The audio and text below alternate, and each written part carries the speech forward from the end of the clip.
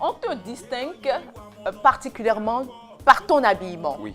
Voilà. La première fois qu'on t'a connu, enfin, quand on t'a vu, je vais dire, hein, sur les différents réseaux sociaux, c'est parce que tu t'es distingué avec un tissu et tu as non seulement porté le tissu, mais tu as fait porter le tissu à un mouton. Oui.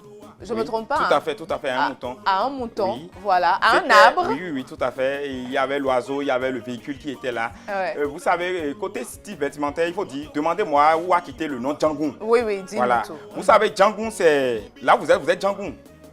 Les tenues que, à part celle-ci, la tenue que là tu as portée, c'est une tenue qui est sur mesure, qui est Djangoon, ça vous a pris. Oui. Et Djangoon, c'est, genre vous êtes dedans, ouais, même que ça soit une robe de mariage, vous sentez que je suis Djangoon dedans quand vous regardez la manche et autres là. Maintenant, tu as trouvé les seins là où? Oh, les seins, c'est importé, c'est des seins importés. Après l'émission, les seins disparaissent. C'est comme ça. Donc, le style vestimentaire, d'abord, ça me permet de me démarquer. En ce sens que, vous savez, avant, on avait des photographes simples, des photographes pêle-mêle. Oui. Mais à partir des années 2010, des années 2012, on a connu des shooters. Et lorsque la personne veut fêter son anniversaire, lorsqu'on veut lui souhaiter un joyeux anniversaire, la personne envoie une photo.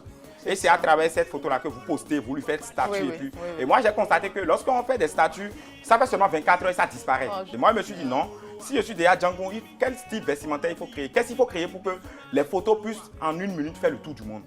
Et c'est là déjà ma créativité, parce que je suis du genre, je crée beaucoup. Je crée beaucoup, même que ce soit les styles vestimentaires, tout ce que vous voyez là. D'abord, moi-même, je suis décorateur événementiel. Ce qui fait que ça me permet d'utiliser ce talent-là ailleurs. Donc, c'est comme ça que je me suis lancé dedans. Et j'appelle des couturiers, je dessine parfois des modèles. Je dis, je veux coudre ceci.